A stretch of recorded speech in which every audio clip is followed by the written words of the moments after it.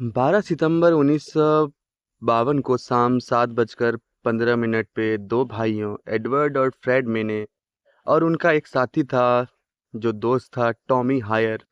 उन्होंने बताया कि उन्होंने एक चमकीली वस्तु को आकाश से होते हुए स्थानीय किसान जो वहाँ पे काम कर रहा था जिसका नाम था जी बेली फिशर की जमीन पर उसे उतरते देखा। लड़कों ने घर जाकर अपनी माँ कैथलीन मे को बताया।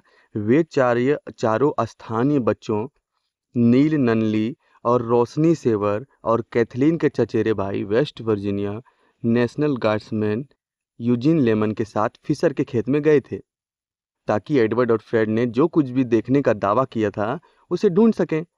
समूह एक पहाड़ी की चोटी पर पहुंचा जहां ननली ने कहा कि उन्होंने एक स्पंदित लाल रोशनी देखी, यानी कि एक चमकती हुई लाल रोशनी देखी जिसकी चमक बहुत ही ज़्यादा तेज थी। लेमन ने कहा कि उसने उस दिशा में एक टॉर्च तान दी और क्षण भर के लिए एक लंबी लंबी आदमी जैसी आकृति देखी जिसका गोल लाल चेहरा एक नुकीले हुड जैसी आकृति से घिरा था। उसके सिर पर एक हुड जो टोपी होती है जो ठंडी में हम लोग अक्सर पहना करते हैं, हुड वाली टोपी, वो हुड उसके सर पर रखा हुआ था। तो क्या वो एलियन था? क्या वो कोई और प्राणी था? क्या आपने भी कभी ऐसा कोई प्राणी देखा है जो आपको लगा हो कि यार ये तो इंसान जैसा है ही नहीं, या फिर कोई और ऐसा जानवर जो लगे कि यार ये तो मैंने पहली बार देखा है और अजीब जानवर है?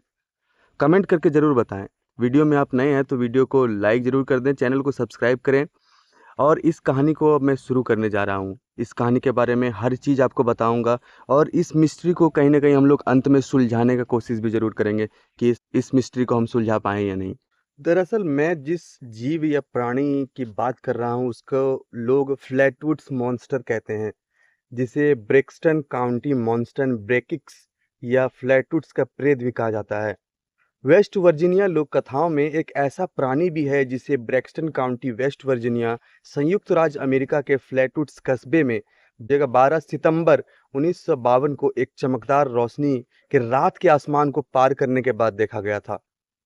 अब जांचकर्ताओं का सुझाव है कि वह रोशनी एक उल्का पिंड थी और वह प्राणी एक खलिहान उल्लू था, यानी कि एक उल्लू था जो खेतों में रहा करता है, जो एक पेड़ पर छाया के साथ बैठा हुआ था जिससे वह एक बड़ा मानव जैसा प्रतीत हो रहा था। तो लड़कों ने जो देखा तो हो सकता है वो एक उल्लू भी हो सकता है कुछ वो और हो। सभी का जो है कहने का तरीका अलग अलग है, विवरण अलग अलग होते हैं। अपने टेप रिकॉर्डेड साक्षात्कारों के आधार पर फेट मैगजीन के लिए लेखक ने लेख में लिखा था कि यूएफओ लेखक ग्रे बार्कर ने इस आकृति का वर्णन लगभग 10 फीट 3 मीटर लंबा गोल रक्त लाल चेहरे वाला बताया। चेहरे के चारों ओर एक बड़ी नुकीली हुड जैसी आकृति बनी हुई थी। हरी नारंगी रोशनी उत्सर्जित करने वाली आंखों जैसी आकृतियों और गहरे काले या हरे रंग के शरीर के रूप में किया गया है, यानी उसका शरीर एक गहरे हरे रंग जैसा है या लाल रंग जैसी उसकी आंखें हैं। और कहा गया मैंने आकृति का वर्णन छोटे पंजे जैसे हाथों, यानी कि कपड़ों जैसी सिलवटें और एक सिर जो हुकुम के इक्के जैसा दिखता है, जो ताश के पत्ती होते हैं जिसमें हुकुम होता है, उस हुक्म के इक्के जैसा दिख रहा है उसका सिर। कहानी के अनुसार जब आकृति ने फुफकारने की आवाज की और समूह की ओर बढ़ी, लेमन चिल्लाया और अपनी टॉर्च वहीं गिरा दी। यानी इसके अनुसार, उन दोस्तों के अनुसार जिन्होंने इस चीज को देखा था, वो उनकी तरफ बढ़ा था, वो उनकी तरफ फुफकारा था, जैसे सांप वगैरह फुफकारते हैं, वो उनकी तरफ फुफकारा था और आवाज निकाल रहा था। और जैसे ही उनकी तरफ बढ़ा तो लेमन चिल्लाया और अपनी वहीं पे टॉर्च गिराकर वो भागता बना। समूह ने कहा कि उन्हें एक तीखी धुंध की गंध आई थी और कुछ ने बाद में कहा कि उन्हें मतली आ रही थी। मतली यानी कि मन उचलना उसका। स्थानीय शेरिफ और एक डिप्टी उस इलाके में एक दुर्घटनाग्रस्त विमान की रिपोर्टिंग की जांच कर रहे थे। उन्होंने कथित राक्षस के स्थान की तलाशी ली लेकिन कुछ भी नहीं देखा। ना ही उन्हें कुछ सुनाई दिया और ना ही कुछ उन्हें समझ आया। बार्कर के विवरण के अनुसार अगले दिन ब्रैक्सटन डेमोक्रेट के एल ली स्टीवर्ट जूनियर ने मैदान में फिसलन के निशान देखे और एक अजीब चिपचिपा जमाव देखा। मिलने का दावा है कि जिसे बाद में यूएफओ उत्साही समूह ने तस्तरी, यानी कि एक यूएफओ लैंडिंग के सबूत के रूप में बताया। पूर्व समाचार संपादक होल्ट बर्न के अनुसार अखबारों में छपी खबरों ने पूरे देश में प्रसारित हुई और देश में तहलका मच गया। बड़े नेटवर्क पर रेडियो प्रसारण हुए और देश के सभी हिस्सों से सैकड़ों फोन कॉल आए। राष्ट्रीय प्रेस सेवाओं ने इस खबर को साल की 11वीं सबसे बड़ी खबर का दर्जा दिया। ब्रुकलिन से एक मंत्री ने परिवार से पूछताछ करने भी आए। पीटरबर्ग के एक अखबार ने एक विशेष संवाददाता भेजा। ग्रे बार्कर और इवान टी सैंडरसन जैसे यूएफओ और फोर्टियन लेखक जांच भी करने पहुंचे। 2000 के मामले की जांच के बाद संयमवादी जांच समिति की जो निकेल इस निष्कर्ष पर पहुंचे कि 12 सितंबर को गवाहों द्वारा बताई गई आकाश में दिखाई देने वाली तेज रोशनी संभवतः एक यूएफओ थी।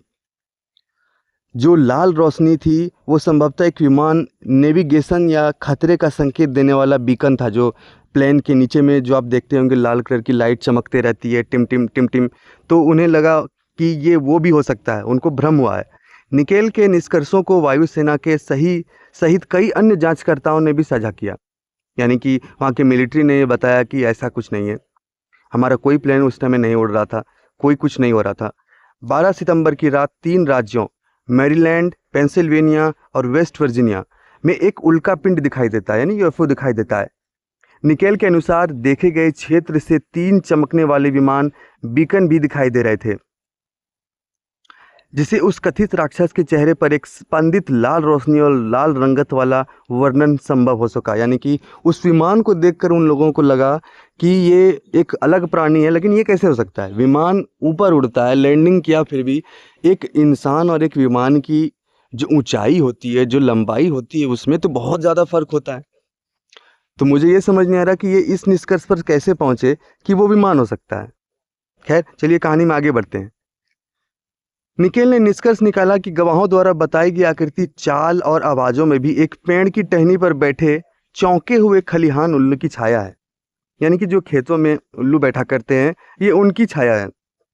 उड़ान के तरीके और आवाज के अनुरूप थी, जिसे शोधकर्ता इस निष्कर्ष पर पहुंचे कि उल्लू के नीचे के पत्तों ने प्राणी के निचले हिस्से, जिसे एक प्लेटेड हरे रंग की स्कर्ट के रूप में वर्णित किया गया है, का भ्रम पैदा किया होगा। शोधकर्ताओं ने यह भी निष्कर्ष निकाला कि गवाहों की इस बात पर सहमत ना हो कि प्राणी के हाथ थे या नहीं, और मे की रिपोर्ट के अनुसार उससे छोटे पंजे जैसे हाथ थे या नहीं, या थे जो उसके सामने फैले हुए थे, एक उल्लू के वर्णन से भी मेल खाता था, जिसके पंजे एक पेड़ की टहनी को पकड़ रहे थे। रॉयन हॉफ्ट के अनुसार हालांकि स्थानीय लड़के मैक्स लॉकवर्ड ने स्वीकार किया कि वह अपने सेवरले ट्रक में कुछ देखने की उम्मीद में उस जगह के आसपास घूम रहा था। असाधारण जांचकर्ता ने निष्कर्ष निकाला कि निशान तैलीय अवशेष और रबर जैसे पदार्थ के टुकड़े किसी जीव द्वारा छोड़े गए होंगे, ट्रक द्वारा नहीं। हॉफ्ट कुछ गवाहों द्वारा बताई गई मतली को हिस्टीरिया और अत्यधिक परिश्रम से जुड़े लक्षण के रूप में समझते हैं। फ्लैटवुड मॉन्सन चेयर हाउट हॉल के पास आगंतुकों का स्वागत करती है। फ्लैटवुड्स में अधिकारियों ने एक स्वागत चिन्ह लगाया, जिन्हें शहर को ग्रीन मॉन्स्टर का घन के रूप में नामित कर दिया गया। यानी कि एक ऐसी जगह है फ्लैटवुड्स, जिस जगह का नाम है, वहाँ पे उस आकृति वाले जो जीव उन लोगों ने देखे थे, उसकी एक लकड़ी की तरह चेयर बना डाली है। उसका सिर है, उसकी आंखें हैं, लाल रंग का जो पीछे उसका हुड बताया गया था वो है, पूरा चमकदार चेहरा है, और उसके कपड़े जो है हरे रंग के। मैं अब पिक्चर लगा देता हूँ।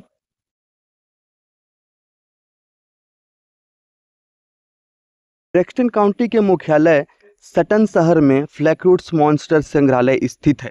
एक लाइब्रेरी है, एक म्यूजियम है, जहाँ पे आप जाकर उस मॉन्स्टर को देख सकते हैं, जो कहानी चल रही है उससे समर्पित है। ब्रेक्सटन काउंटी कन्वेक्शन और विजिटर ब्यूरो ने इस राक्षस के आकार की जांच पड़ताल की और 5 ऊंची कुर्सियों की एक श्रृंखला बनाई। एक कुर्सी बनाई, 5 कुर्सियां बनाई गई, उसी के आकार की, उसी तरह दिखने वाली, जो लोगों ने बताया था कि वो ऐसे दिखते हैं, जो दर्शनीय स्थलों और पर्यटकों के आकर्षक का केंद्र भी है। ब्यूरो उन आगंतुकों को पुरस्कृत करता है जो सभी 5 कुर्सियों की तस्वीरें लेते हैं और उन्हें मुफ्त ब्रिक्स स्टिकर देते हैं। उन्हें एक स्टिकर दिया जाता है कि भैया आपने बहुत अच्छा काम किया है, चलिए आपको ये स्टिकर देंगे। लेकिन भैया आपने जो जांच किया उसका क्या निर्णय निकला, आपने ये तो नहीं पता लगा पाया। कि ये सच में कोई मॉन्स्टर था या कोई जहाज था या कोई उल्लू था।